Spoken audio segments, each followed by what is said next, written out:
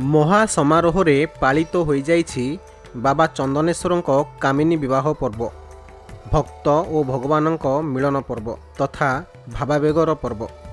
ଏହି ପର୍ବକୁ ଦେଖିବା ପାଇଁ ସମାଗମ ହୋଇଥିଲେ ଲକ୍ଷାଧିକ ଶ୍ରଦ୍ଧାଳୁ। ତେବେ କାମିନୀଙ୍କୁ କାହିଁକି ବିବାହ କରିଥିଲେ ମହାଦେବ? କ'ଣ ରହିଛି କିମ୍ବଦନ୍ତୀ? କିମ୍ବଦନ୍ତୀ ଅନୁସାରେ ବିବାହ ନିଷିଦ୍ଧ ଚୈତ୍ର ମାସରେ ଶିବ କାମିନୀ ବିବାହ ସମାଜକୁ ଏକ ଭିନ୍ନ ବାର୍ତ୍ତା ପ୍ରଦାନ କରିଥାଏ। ଅସୁରୁଣୀ କନ୍ୟା ସୁନ୍ଦରୀ କାମିନୀଙ୍କ ସହିତ ଆଶୁତୋଷ ଚନ୍ଦନେଶ୍ୱର ମହାଦେବଙ୍କ ବିବାହକୁ ନେଇ ଏକ ରୋଚକ କିମ୍ବଦନ୍ତୀ ରହିଛି। ହିନ୍ଦୁ ଶାସ୍ତ୍ର ଅନୁଯାୟୀ ଚୈତ୍ର ମାସରେ ବିବାହ ନିଷିଦ୍ଧ ହୋଇଥିଲା ବେଳେ ଭଗବାନ ଶିବଙ୍କ ଏହି ଚୈତ୍ର ବିବାହ ଏକ ଆଧ୍ୟାତ୍ମିକ ଆକର୍ଷଣ ସୃଷ୍ଟି କରିଥାଏ।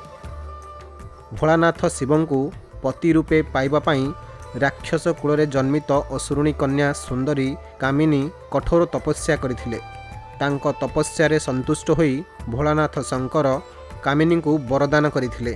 ତେବେ ଦୁର୍ଗା ଓ କାଳୀଙ୍କ ଉପସ୍ଥିତିରେ ସେ କିପରି କାମିନୀଙ୍କୁ ପତ୍ନୀ ରୂପେ ଗ୍ରହଣ କରିବେ ତାହାକୁ ନେଇ ଚିନ୍ତାରେ ପଡ଼ିଯାଇଥିଲେ ଭୋଳାନାଥ।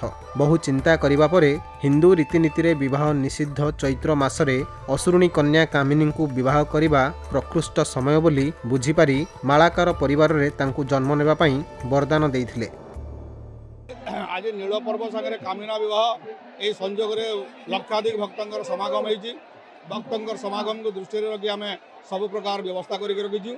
गत 25 प्लाटून पाखापाखि पुलिस मुतयन होती 3टी स्थान में आम अस्थायी स्वास्थ्य शिविर करूँ।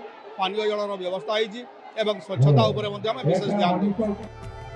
ओडिशा, पश्चिमबंग, बिहार, झारखंड राज्यर प्रसिद्ध शैव क्षेत्र भाव परिचित बालेश्वर जिला भोगराईर चंदनेश्वर शैवपीठ चड़क पर्व पई एही पीठ पूर्व भारत में बेस प्रसिद्ध। एबे एही पर्व पई पीठ उत्सव मुखरित होई उठिछि। आज महादेव विवाह करिवे राक्षसी कामिनी को। एथिपाई देउलिया, श्री बेकड़ी और सेवायत माने मंदिररू महादेवंक घट नहीं विराट पटुआर रे शोभायात्रा रे बाहरी भोटपुर स्थित कामिनी घर को जाइथिले। सेठारू तांको विवाह करिबा पई बाजा, साहानाई, ढोल, मृदंग बजाई नृत्यर ताले ताले आनिथिले। एहा परे मंदिर गर्भगृह रे गुप्त भाव रे कामिनी को विवाह करिवे चंदनेश्वर महादेव। नीलपर्वर महात्म्य बहुत विशाल। कारण आप जानी शिवंकर अन्य नाम हूँ नीलकंठ।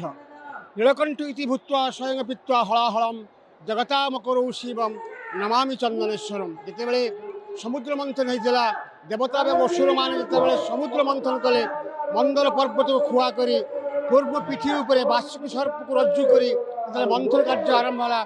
प्रथम निर्गत है हलाहल विष। जमी आप जानते चड़क मेला एवं बहुत भल प्रकार चली से पुलिस तरफ पाखापाखि 22 प्लाटून फोर्स और आगामी 2 दिन गोटे कंपनी बीएसएफ डिप्लॉयमेंट है और बाकी सब डिपार्टमेंट संगे अलग अलग डिपार्टमेंट जो सम्मिलित प्रयास चली। आम विश्वास अच्छी कि भक्त मैंने यही एक्सपीरियंस को एंजॉय करें बिना विदाउट एनी इश्यू आम यहाँ मेला संपन्न करें। पुरी रथयात्रा परे ओडिशार द्वितीय बृहत्तम मेला कहुযাଉଥିବା चंदनेश्वर चड़क मेला रे कामिनी विवाहर स्वतंत्र आकर्षण रही। आज दिन तमाम श्रद्धालु माने नील पोखरी रे स्नान करी श्रीजीव को जलाभिषेक करने सह अर्घ्य प्रदान करिसेंती।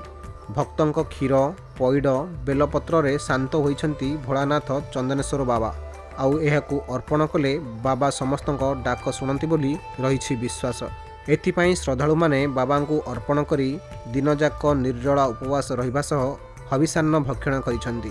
किंबदंती अनुजाई लोकमाने निजर समस्त कामना को बाबांक ठारे उपवीत धारण करी समर्पण करिथांती।